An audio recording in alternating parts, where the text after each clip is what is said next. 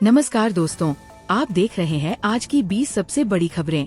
आज की तारीख 29 दिसंबर 2025, दिन सोमवार और हिंदी तिथि पौष शुक्ल पक्ष नवमी है। आइए अब बात करते हैं आज के मुख्य समाचार में देश भर की तमाम बड़ी खबरों पर नजर डालते हैं। अमेरिका में राष्ट्रपति डोनाल्ड ट्रंप ने छुट्टियों के दौरान एक बड़े सैन्य हमले का आदेश दिया है और रिपोर्ट्स के मुताबिक निशाना एक कथित आतंकवादी सेल था। इस कदम पर आलोचनाएं भी सामने आई हैं और कुछ विश्लेषक इसे वैश्विक तनाव बढ़ाने वाला मान रहे हैं।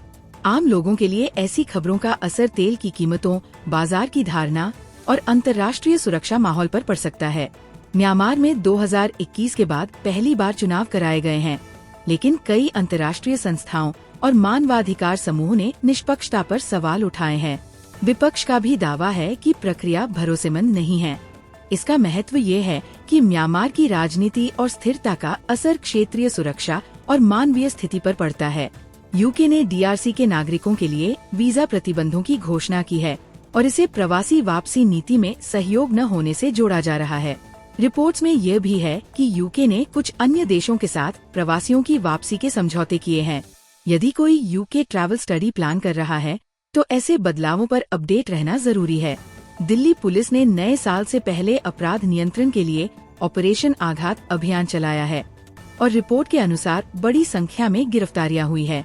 उद्देश्य सुरक्षा व्यवस्था मजबूत करना और अवैध गतिविधियों पर लगाम लगाना बताया गया है। अगर आप दिल्ली एनसीआर में हैं तो न्यू ईयर के दौरान ट्रैफिक, चेकिंग और रूट प्लानिंग पहले से कर लें।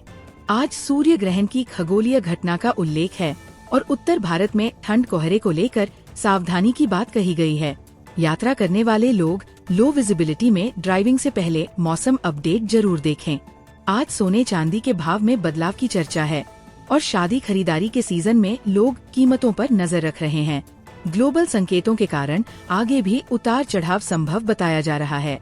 खरीदारी करने वाले लोग रेट तुलना करके ही निर्णय लें। Food quick commerce delivery workers द्वारा हड़ताल के आह्वान की चर्चा है, जिससे 31 दिसंबर के आसपास डिलीवरी प्रभावित होने की संभावना बताई जा रही है। मांगों में बेहतर वेतन और काम की शर्तें शामिल बताई गई है। अगर पार्टी इवेंट प्लान है तो पहले से ग्रोसरी और जरूरी सामान ले आएं। ओला इलेक्ट्रिक को वित्त वर्ष 2025 के लिए पीएलआई प्रोत्साहन मिलने की रिपोर्ट है, जिसे भारत में ईवी मैन्युफैक्चरिंग को बढ़ावा देने से जोड़ा गया है। ऐसे प्रोत्साहन से उत्पादन क्षमता और टेक में निवेश बढ़ सकता है। चीन ने कुछ अमेरिकी रक्षा कंपनियों और अधिकारियों पर प्रतिबंध लगाए हैं, जो अमेरिका चीन तनाव का एक और संकेत माना जा रहा है। ऐसे कदमों का असर टेक, डिफेंस, सप्लाई चेन और निवेश सेंटिमेंट पर भी पड़ सकता है। थाईलैंड और कंबोडिया ने सीमा विवाद के बीच युद्ध विराम समझौते पर हस्ताक्षर किए हैं। यह कदम क्षेत्र में तनाव घटाने की दिशा में देखा जा रहा है। ट्रैवल या बिजनेस से जुड़े लोग इस तरह के अपडेट्स नोट करें, क्योंकि बॉर्डर टेंशन का असर आवाजाही पर हो सकता है। केरल में कांग्रेस से कुछ नेताओं के भाजपा में जाने और स्थानीय स्तर पर शक्ति संतुलन बदलने जैसी रिपोर्ट्स सामने आई है। ऐसी घटनाएं आने वाले चुनावी माहौल और स्थानीय प्रशासन पर असर डाल सकती है। बांग्लादेश में एक हिंदू व्यक्ति की मौत के बाद परिवार द्वारा सुरक्षा और न्याय की मांग की रिपोर्ट आई है। ये खबर क्षेत्र में अल्पसंख्यक सुरक्षा पर चल रही चिंताओं को भी सामने लाती है। ग्वाटेमाला में बस हादसे में कई लोगों की मौत और कई घायल होने की रिपोर्ट है और प्रशासन जांच कर रहा है। ये खबर याद दिलाती है कि रोड सेफ्टी और ओवर स्पीडिंग जैसी समस्याएं दुनिया भर में गंभीर है। वेस्ट बैंक में सुरक्षा कार्रवाई और कर्फ्यू जैसी स्थिति की रिपोर्ट्स हैं, जिससे इलाके में तनाव बढ़ सकता है। ऐसी घटनाओं का असर अंतर्राष्ट्रीय कूटनीति और मानवीय हालात पर पड़ता है।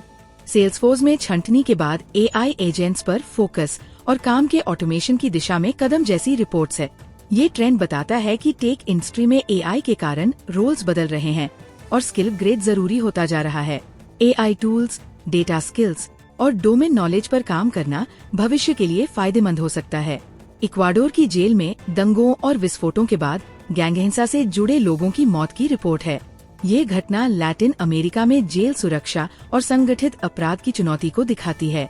बेलारूस में कई राजनीतिक कैदियों की रिहाई की रिपोर्ट है और इसे प्रतिबंधों कूटनीति से जोड़कर देखा जा रहा है। ऐसे कदम अक्सर अंतर्राष्ट्रीय रिश्तों में बदलाव का संकेत होते हैं। म्यांमार के रखाइन राज्य में अस्पताल पर हवाई हमले में कई लोगों के मारे जाने और बड़ी संख्या में घायल होने की रिपोर्ट है। जिस पर अंतर्राष्ट्रीय प्रतिक्रिया भी है। ये खबर मानवीय संकट की गंभीरता को दिखाती है। भारत और न्यूजीलैंड के बीच मुक्त व्यापार समझौते यानी FTA को लेकर बातचीत तेज होने की चर्चा है और इसे व्यापारिक रिश्तों को मजबूत करने से जोड़ा जा रहा है। ऐसे समझौते आगे चलकर कुछ प्रोडक्ट्स के दाम, एक्सपोर्ट इंपोर्ट और बिजनेस अवसरों को प्रभावित कर सकते हैं। दिसंबर 2025 से कुछ नए नियम लागू होने की चर्चा है, जिनमें बैंकिंग, डिजिटल पेमेंट और सिम कार्ड जैसे क्षेत्र शामिल हो सकते हैं। ऐसे बदलावों में आमतौर पर KYC, सुरक्षा नियम और ट्रांजैक्शन प्रक्रियाएं अपडेट हो सकती हैं। इसलिए आधिकारिक अपडेट्स पर नजर रखना जरूरी है। तो ये थी आज की 20 बड़ी खबरें। आपके हिसाब से सबसे ज्यादा इम्पैक्ट वाली 2 खबरें कौन सी रहीं? कमेंट में लिखिए।